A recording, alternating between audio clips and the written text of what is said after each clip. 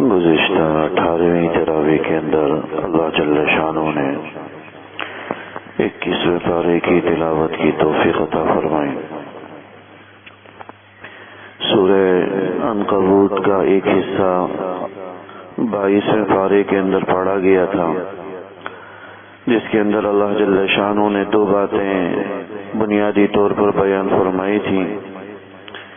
ایک بات تو سنت ابتلا سے متعلق تھی کہ ایمان والوں پر طرح طرح کے حالات، طرح طرح کی پریشانیاں یہ ایمان والوں پر آئیں گی، اور اس کا بنیادی مقصد بھی یہی ہے کہ اللہ جل شانہ کھرے اور کھوٹے کی پہچان کرے کہ کون سچے ہیں کون جھوٹے ہیں۔ اور دوسری بات بیان کی گئی تھی کہ جو ایمان والوں کا رشتہ اللہ سے ہے وہ انتہائی مضبوط ہے، جبکہ مشرکین کا رشتہ اپنے بتوں کے ساتھ تارے عنکبوت سے بھی زیادہ کمزور ہے۔ عنکبوت مکڑی کو کہا جاتا ہے، اور مکڑی کا جو جالا ہوتا ہے وہ انتہائی کمزور ہوتا ہے۔ بالکل ایسا ہی ایک مشرک کا رشتہ اپنے جھوٹے خداؤں اور جھوٹے معبودوں کے ساتھ ہوتا ہے۔ 21ویں پارے کے آغاز کے اندر اللہ جل شانہ نے ہم ایمان والوں کو کچھ نصیحتیں کی۔ سب سے پہلی نصیحت تو یہی کی کہ اتل ما اوحی الیک من الکتاب واقیم الصلاۃ، کہ جو کچھ کتاب اللہ آپ کی طرف بطور وحی بھیجا گیا ہے، سرکار دو عالم صلی اللہ علیہ وسلم کو خطاب ہے کہ آپ اس کی تلاوت کیجیے۔ واقیم الصلاۃ، اور نماز قائم کیجیے۔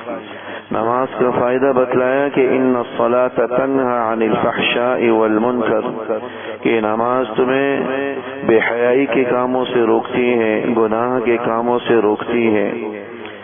یہ نماز کا فائدہ بھی ہے، نماز کا ثمرہ بھی ہے، بشرطے کہ وہ حقیقی معنوں میں نماز۔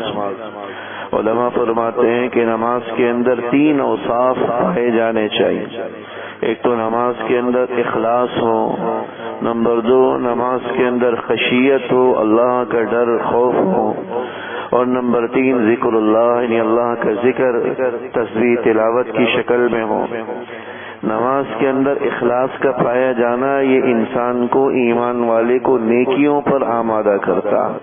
وصف اخلاص کا خاصہ نیکیوں کے اندر اثر رکھتا ہے کہ نیکی کے جذبات بندے کے اندر پیدا ہوتے ہیں۔ اور خشیت، خوف، اللہ کا ڈر، یہ انسان کو برائی سے روکتی ہے، بے حیائی سے روکتی ہے۔ اور اللہ کا ذکر نیکی کی ترغیب اور برائی دونوں چیزوں پر آمادہ کرتی ہے، برائی سے بھی روکتی ہے اور نیکی پر بھی آمادہ کرتی۔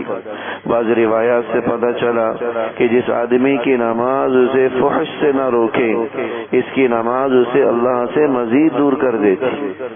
جس آدمی کی نماز اسے بے حیائی سے نہ روکے، گناہ سے نہ روکے، بے حیائی والے امور سے نہ روکے، اس کی نماز اسے مزید اللہ سے دور کر دیتی۔ آج ہماری نمازوں کا معاملہ یہی ہے، ہم اپنے گریبانوں میں جھانک کر دیکھیں، ہماری نمازیں بے جان بے روح ہیں۔ یہی نتیجہ ہے کہ نماز پڑھتے بھی ہیں پھر بھی جھوٹ ہماری زبانوں سے چھوٹتا نہیں۔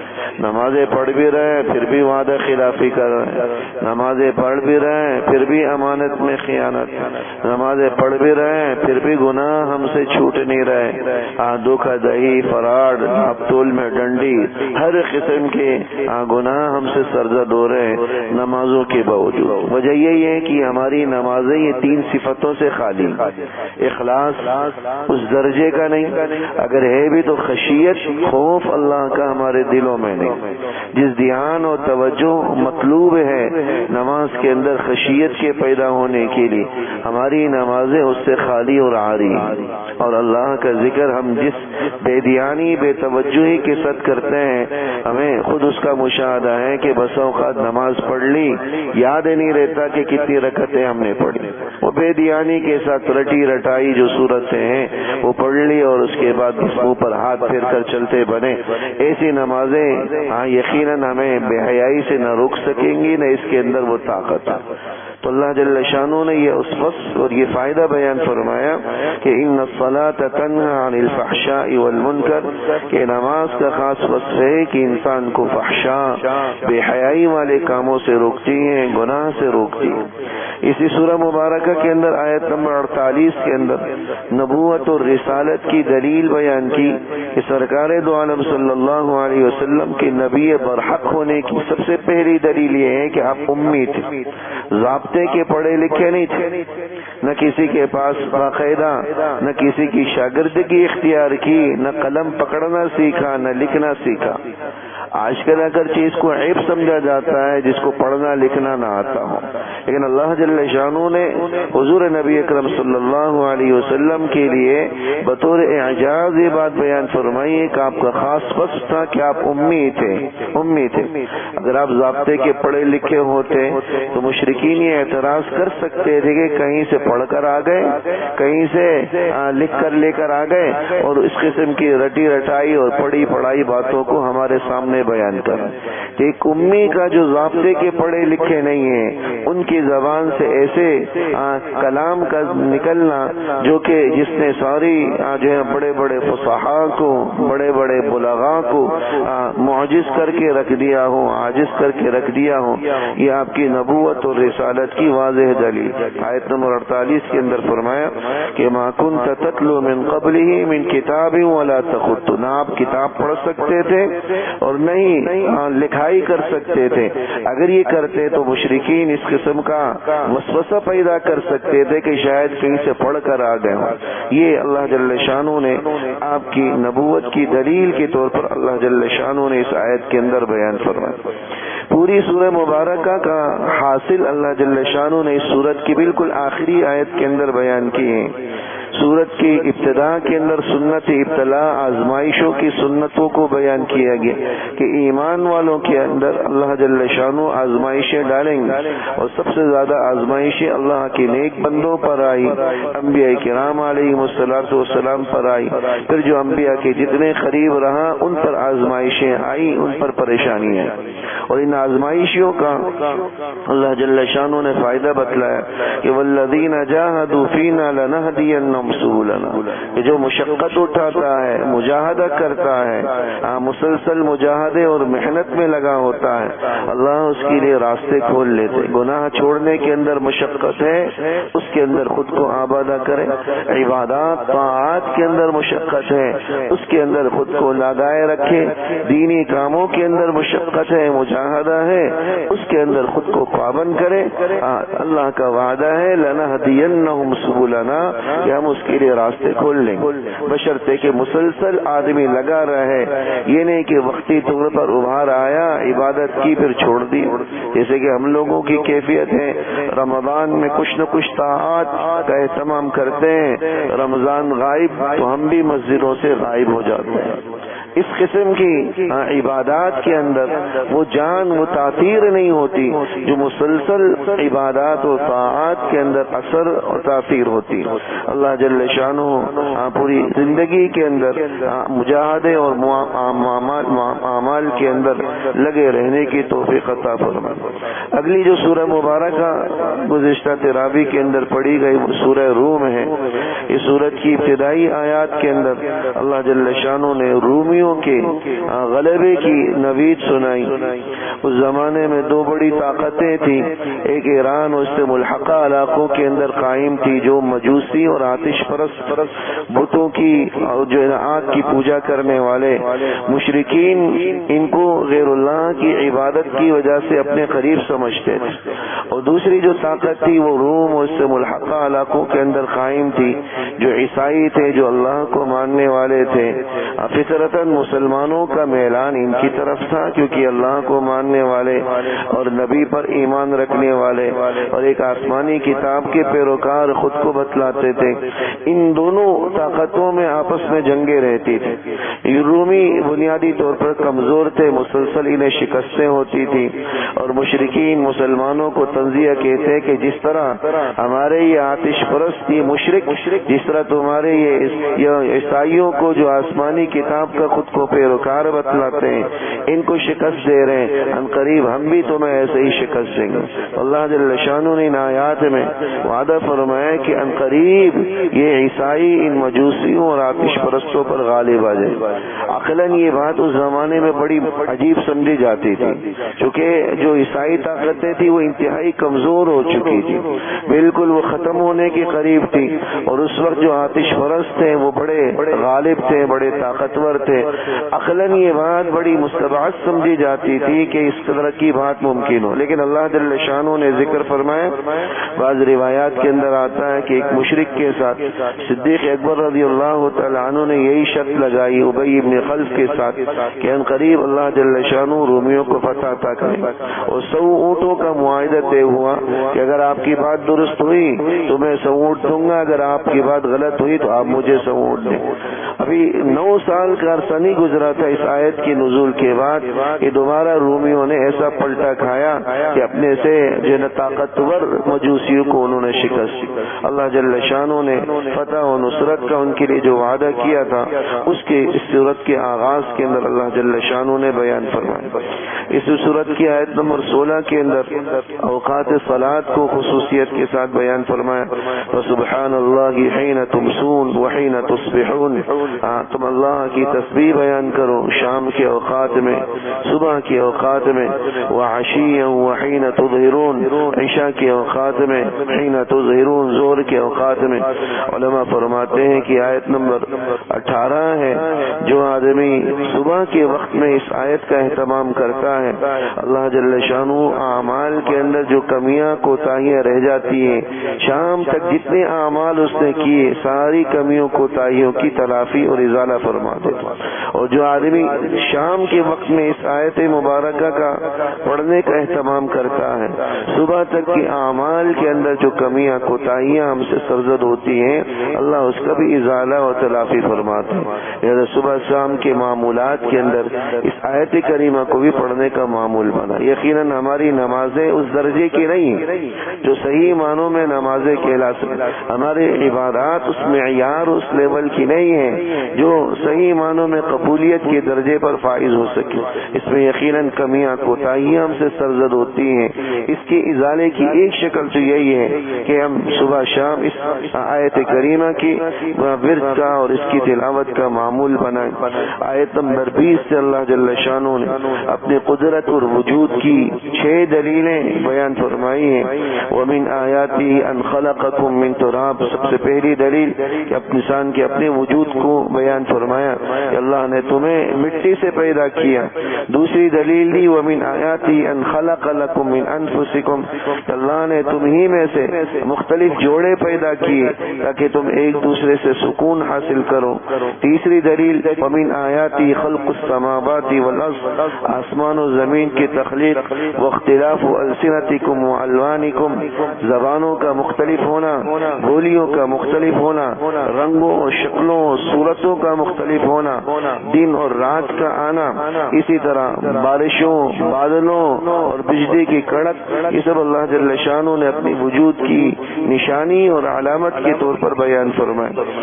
اس سورہ مبارکہ کے اندر اللہ جل شانہ نے ایک بات آیت نمبر 41 کے اندر یہ بات ارشاد فرمائی کہ ظہر الفساد فی البر والبحر بما کسبت ایدی الناس، کہ خشکیوں اور تری کے اندر جو فساد بگاڑ پیدا ہے اس کا ایک بڑا سبب خود انسان کے اپنے اعمال، لیذیقہم بعض بما کسبت ایدی الناس، یہ انسان کے اپنے اعمال کا نتیجہ ہوتا ہے جس کی وجہ سے اس قسم کے فسادات اور بگاڑ پیدا ہوتے ہیں۔ بعض روایات سے پتہ چلتا ہے کہ اعمالکم اعمالکم، کہ جیسے انسان کی اعمال ہوں گے ایسے ہی اللہ حکمران بھی مسلط کرے گا، ایسے ہی انسان کو ماحول بھی فراہم ہوگا۔ تو اعمال اچھے ہوں گے اللہ حکمران بھی اچھے رکھے گا، ماحول کو بھی اچھا رکھے گا۔ ہمارے اعمال جیسے ہوں گے تو ہمیں حکمران بھی ایسے ہی ملیں گے۔ ہم اپنے اعمال کی طرف ان کی اصلاح کی طرف توجہ کریں گے، اللہ ہمارے حالات کو درست فرما دے گا، ہمارے حکمرانوں کو بھی درست کر دے۔ ہمارے اعمال چوروں والے ہوں اور ہم چاہیں کہ ہمیں حکمران حضرت عمر رضی اللہ جیسے نصیب ہو جائیں، یہ محض حماقت کے سوا کچھ نہیں۔ اللہ جل شانہ نے اپنی قدرت کی نشانیوں کے ذیل میں ہواؤں کو بطور مثال بیان فرمایا، انسان کی تخلیق کے مختلف مراحل اس سورہ مبارکہ کے اندر بیان کی۔ آیت نمبر 54 کے اندر اللہ الذی خلقکم من ضعف، اللہ ہی نے جب تمہیں پیدا کیا تو تم انتہائی کمزور تھے۔ چھوٹا بچہ جب دنیا میں آتا ہے تو انتہائی کمزور، نہ منہ میں دانت نہ پیٹ میں آنت والی کیفیت، اپنے ایک ایک عمل میں وہ دوسرے کا محتاج، ماں کا محتاج، والد کا محتاج۔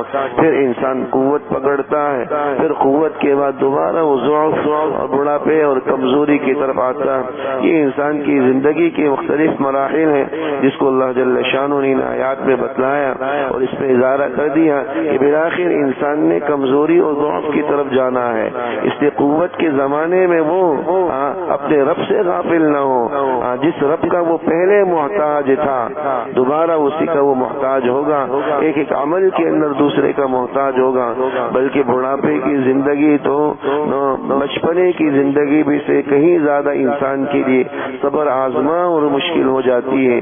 جب جوانی اللہ کی نافرمانی میں استعمال ہو، بڑھاپے کے اندر پھر انسان کا کوئی پرسان حال نہیں ہوتا۔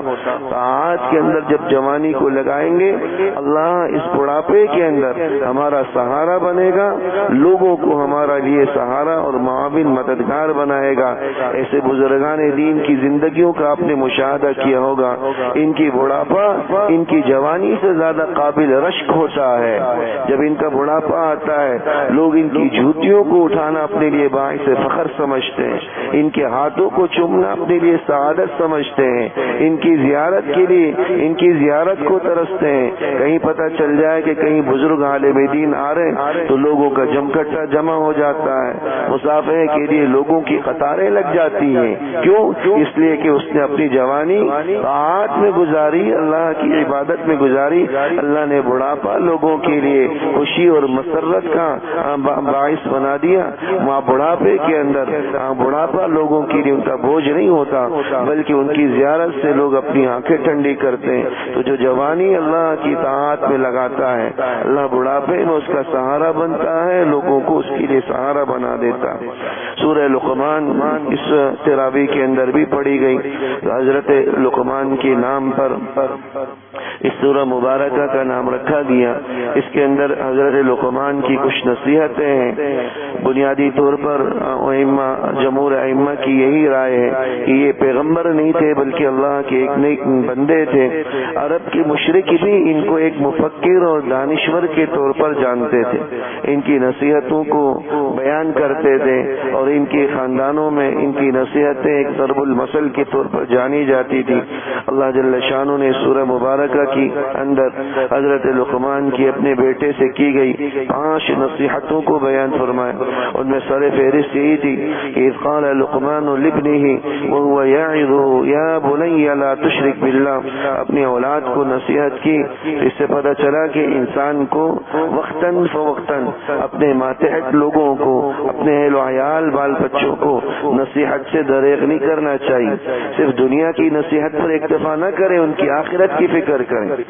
اللہ معاف کرے، آج ہماری اولاد کو ہونے والی ساری نصیحتیں ہماری دنیا کی گرد گھوم رہی ہوتی۔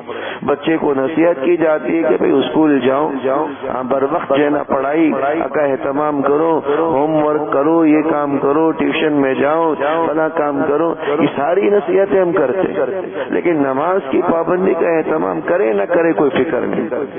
رات کو سونے کے لیے بچے کو یہ کہا جاتا ہے کہ صبح اسکول جانا ہے بیٹا سو جاؤ، کبھی ماں کی زبان سے والد کی زبان سے نکلتا فجر میں اٹھنا ہے جلدی سو جاؤ۔ نصیحت یہ ہونی چاہیے کہ ہم اس کی آخرت کی فکر کریں، نہ کہ دنیا کی چند روزہ مستقبل۔ بچے کو نصیحت کرتے ہیں کہ پڑھ لکھ لوگے تو تمہارا مستقبل بن جائے گا۔ مستقبل سے لوگوں نے دنیا کا مستقبل سمجھا، حالانکہ مستقبل تو اصل آخرت کا مستقبل ہے۔ اس کو کہیں کہ اپنی اس جوانی کو اللہ کی عبادات میں، نماز روزے میں لگاؤ گے، تمہارا حقیقی مستقبل سمجھ جائے گا۔ یہ دنیا کا مستقبل ہے تو عارضی اور وقتی مستقبل ہے۔ یہ حضرت لقمان کی نصیحتوں سے جو ہمیں سبق جو حاصل ہوتا ہے وہ یہی ہے کہ اپنے بچوں کی دنیاوی ضروریات کی فکر کے ساتھ، وہ بھی اپنی جگہ درست، لیکن اس سے کہیں زیادہ حقیقی مستقبل کی فکر کریں، اس کا اہتمام کریں۔ جو عادتیں ہم بچپنے میں اس کے اندر پیدا کریں گے، اللہ جل شانہ آنے والی زندگیوں کے اندر ان عادات اور ان صفات کو ان کے اندر برقرار رکھیں گے۔ اگر ابتدا سے ان کو نمازوں کی تلقین اہتمام نہیں ہوگا، بعد میں جا کر وہی سستی اور کاہلی ان کی زندگیوں میں رچ بس جائے گی، نمازوں میں سستی اور کاہلی رہے گی، نتیجتاً وہ اپنی آخرت کو تباہ کر۔ حضرت مفتی شفیع صاحب رحمہ اللہ کے پاس ایک صاحب جو بڑے حضرت فرماتے ہیں کہ خود عبادت گزار، تہجد گزار، علماء کے ساتھ جوڑنے والے، آ کر خوشی سے کہنے لگے کہ بھائی بیٹا باہر سے بڑا پڑھ لکھ کر آیا ہے اور بہت کچھ حاصل کر کے آیا ہے، لیکن ذرا سا بے دین ہو گیا ہے۔ پڑھا بڑا ہے، منصب بڑا حاصل ہو گیا، تعلیم اور ڈگری بڑا لے کر آ گیا، لیکن ذرا سا بے دین ہو گیا۔ وہ بے دین ہو جانا ان کی نزدیک کوئی بڑی بات نہیں ہے۔ اپنا مستقبل اس نے تاریک کر دیا جو حقیقی مستقبل تھا۔ تو سب سے پہلی نصیحت لا تشرک باللہ ان الشرک لظلم عظیم۔ اسی ذیل میں اللہ جل شانہ نے والدین کے ساتھ حسن سلوک کی نصیحت کی۔ دوسری نصیحت حضرت لقمان نے یہ کی کہ تکبر اور بڑائی سے خود کو بچانا، گناہ سے خود کو بچانا۔ تم جہاں کہیں بھی ہو، اللہ کی نظروں سے تم چھپ نہیں سکتے۔ نماز کے قیام، یا بنی اقم الصلاۃ، اے پیارے بیٹے نماز قائم کرو، وامر بالمعروف، لوگوں کو نیکی کی تلقین کرو، ونہ عن المنکر، برائی سے روکو، واصبر علی ما اصابک، ایذاؤں اور تکلیفوں پر صبر سے کام لو، ولا تصعر خدک للناس، لوگوں سے تکبر کے ساتھ اور تش روی کے ساتھ پیش مت آؤ، ولا تمشی فی الارض مرحا، اترا کر اور تکبرانہ انداز کے ساتھ مت چلو، واقصد فی مشیک، اپنی چال میں میانہ روی اور اعتدال رکھو، واغضض من صوتک، اپنی آواز کو پست رکھو، بہت زیادہ بلند اور چیخنے والی آواز بھی اللہ کو پسند نہیں۔ یہ نصیحتیں جو حضرت لقمان کی تھی ہمارے لیے بھی مشعل راہ ہے۔ اللہ جل شانہ جو ہے ان نصیحتوں کے مطابق ہمیں اپنے اندر ان نصیحتوں کو پیدا کرنے کی توفیق نصیب فرمائے۔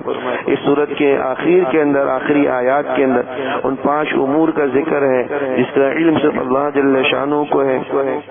قیامت کا قیام کب ہوگا، بارشیں کب نازل ہوں گی، ماں کے پیٹ میں کیا ہے، وما تدری نفس ماذا تکسب غدا، انسان کل کیا کرے گا، کہاں انسان کی موت آئے گی، اس کا ٹھیک ٹھیک یقینی علم صرف اللہ کو۔ اندازے اور تخمینے انسان لگا سکتا ہے، پیش گوئیاں کر سکتا ہے ایک اندازے کے طور پر، لیکن ٹھیک ٹھیک اور یقینی علم صرف اللہ جل شانہ کو یہ ان اللہ علیم خبیر۔ اگلی سورہ مبارکہ سورہ سجدہ تھی، اس کے اندر اللہ جل شانہ نے مختلف اپنے وجود کے دلائل بیان کیے، چونکہ سورت کے اندر ایک آیت سجدہ موجود ہے، اسی مناسبت سے سورت کو سورت السجدہ بھی سورہ سجدہ کہا جاتا ہے۔ اگلی جو سورت کا ایک آدھا حصہ گزشتہ تراویح کے اندر پڑھا گیا وہ سورہ احزاب ہے۔ سورہ احزاب یہ غزوہ احزاب کے ذکر پر مشتمل ہے۔ سن 5 ہجری کے اندر یہ غزوہ مبارکہ ہوا۔ اس غزوے کو غزوہ خندق بھی کہتے ہیں کہ مشرکین ایک بڑا لشکر لے کر مسلمانوں پر حملہ آور ہوئے۔ حضرت سلمان فارسی رضی اللہ تعالی عنہ کے مشورے سے سرکار دو عالم صلی اللہ علیہ وسلم نے مدینے کے ارد گرد خندق کھود دی تاکہ مشرکین اسے پار نہ کر سکیں۔ مشرکین نے مدینہ منورہ کے جو یہودی قبائل بنو قریظہ، بنو نضیر اور قینقاع، اس قسم کے 3 قبائل تھے، ان کے ساتھ بھی ساز باز کر لی تھی کہ ہم باہر سے حملہ آور ہوں گے، تم اندر سے مسلمانوں پر حملہ کرنا۔ یوں مسلمان ایک ایسی کیفیت میں تھے کہ دونوں طرف سے دشمن کا ڈر. تو اس خندق کے ذریعے تو باہر والے دشمن سے روک ٹوک ہو گئی، لیکن اندر والے دشمن کا خطرہ پھر بھی لگا رہتا تھا. 1 مہینے تک یہ محاصرہ ان کا جاری رہا، لیکن بالآخر اللہ جل شانہ نے ایک صحابی حضرت نعیم ابن مسعود کے ذریعے ان کے درمیان پھوٹ ڈال دی، اور انہوں نے ایسی باتیں کر کے ان کے درمیان پھوٹ پڑا دی. اور دوسری طرف اللہ نے یہ کیا کہ تیز ہواؤں کو چلا دیا جس سے ان کے خیمے تک اکھڑ کر رہ گئے. یہ ایک ایسا مرحلہ تھا، یہی غزوے کا مرحلہ تھا جس میں سرکار دو عالم صلی اللہ علیہ وسلم نے کئی دن بھوک کی وجہ سے اپنے شکم مبارک پر 2 پتھر باندھے تھے. یہی غزوے کا مرحلہ تھا جس میں حضور کی کئی نمازیں مصروفیات اور مشغولیات کی وجہ سے قضا ہوئی. غزوے کی تیاری مجاہدین اور جو ہے کافروں سے نبرد آزما ہونے کی کیفیت ایسی تھی کہ نمازوں تک بھی ایمان والوں کی قضا ہوئی، اور کئی نمازیں آپ علیہ الصلوۃ والسلام نے قضا کر کے پڑھی. اس غزوے کا منظر اللہ جل شانہ نے کھینچا ہے کہ جاؤکم من فوقکم، کہ سامنے سے بھی دشمن، پیچھے سے بھی دشمن. وَإِذَاغَتِ الْأَبْصَارُ، انسان کی آنکھیں پتھرا کر رہ گئی. وَبَلَغَتِ الْقُلُوبُ الْحَنَاجِرَ، یہ مشقت کا ایسا عالم کہ حلق تک جو ہے نا انسان کے دل آ گئے. وَتَظُنُّونَ بِاللَّهِ الظُّنُونَ، بہت سے کمزور ایمان والے اللہ سے بدظن ہو گئے. یہ ایک آزمائش اور ابتلا تھی جو اللہ جل شانہ نے ایمان والوں پر مسلط کی. کیونکہ اس کے اندر غزوہ احزاب کا ذکر ہے، اسی مناسبت سے اس سورت کو سورہ احزاب کہا جاتا ہے.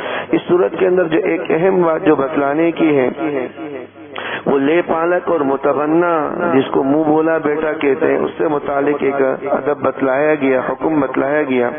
اللہ جل شانہ نے اس سورت کے اندر آیت نمبر 5 کے اندر بیان کیا کہ ادعوہم لآبائہم، کہ منہ بولا بیٹا کوئی حقیقی بیٹا نہیں ہوتا، ان کو اپنے حقیقی اور اصل والدین کے ناموں سے ہی پکارا کرا.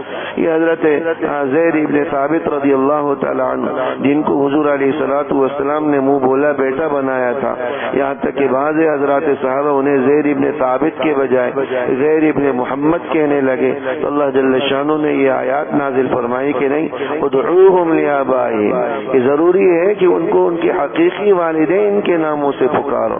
گود لینے والا وہ حقیقی والدین کے قائم مقام کے طور پر نہیں ہو سکتا، نہیں اس کو بیان کیا جا سکتا. یہ فضا آج بھی عام ہے. بس اوقات کسی کا بچہ لے کر ہم کوئی شخص پال لیتا ہے، کوئی خاندان پال لیتا ہے، تو بس اوقات کاغذات کے اندر، دیگر ڈاکومنٹس کے اندر والدین کی جگہ اپنا وہ نام لکھ لیتے ہیں. یہ شرعاً حرام بھی ہے اور نص قرآنی کے خلاف بھی. ضروری ہے کہ ان کو ان کے حقیقی والدین کے نام سے پکاریں، کاغذات میں بھی اسی بات کو مینشن کریں اور اس کو بیان بھی کریں کہ اس کے اپنے والدین یہ ہیں.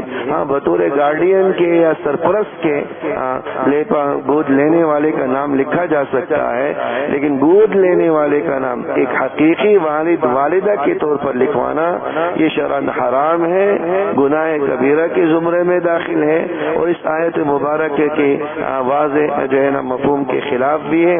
ادعوہم لآبائہم، کہ ان کو ان کے حقیقی والدین کے نام سے پکارو. وہ اقسط عند اللہ، یہی اللہ کے نزدیک زیادہ انصاف پر مبنی ہے. فإن لم تعلموا آباءہم، اگر ان کے والدین نہیں بھی معلوم تب بھی وہ لے پالک کی طرف منسوب کرنا جائز نہیں. فإخوانکم فی الدین وموالیکم، تو تمہارے دینی بھائی ہیں، تمہارے دوست ہیں. ولیس علیکم جناح، غلطی سے اگر کسی کو اس آیت کے ذیل میں حضرت مفتی شفیع صاحب رحمہ اللہ تعالیٰ نے یہ مسئلہ بھی بیان کیا کہ کسی کو پیار سے بھی بیٹا کہہ دینا یہ بھی مناسب نہیں. پیار سے بھی بیٹا کہہ دینا، ایک چھوٹے بچے کو عموماً ہم کہہ دیتے ہیں بیٹا بیٹا یہ کر لو، کہیں یہ جو نا اس آیت کے ذیل میں نہ آ جائے. اتنا اہتمام حضرت مفتی شفیع صاحب رحمہ اللہ نے اس آیت کے ذیل میں بتلایا کہ پیار سے بھی بیٹا نہ کہا جائے، پیارے کہہ دیا جائے، پیارے لڑکے کہہ دیا جائے، اس میں کوئی مذائقہ نہیں. بیٹا کہہ دینا اگرچہ ناجائز نہیں، اس آیت کے خلاف نہیں، کیونکہ وہ نہ گود لیا ہوا بچہ ہے، نہ اس کو حقیقی معنوں میں بیٹا کہہ رہا ہے، پیار سے یہ نام دے رہا ہے. لیکن کہیں اس آیت کے ذیل میں نہ آ جائے پیار سے بھی بیٹا کہہ دینے کو غیر اور مناسب قرار دیے ہیں. اتنا اہتمام اس آیت کے ذیل میں اللہ جل شانہ نے کیا. تو اس لیے اس عمل کی اصلاح کی ضرورت ہے کہ جہاں کہیں اگر کسی نے گود لیا ہو تو ان احکام کو ضرور سیکھ لے اور اس کے مطابق جو عمل کا اہتمام کرے. اللہ جل شانہ عمل کرنے کی توفیق عطا فرمائے.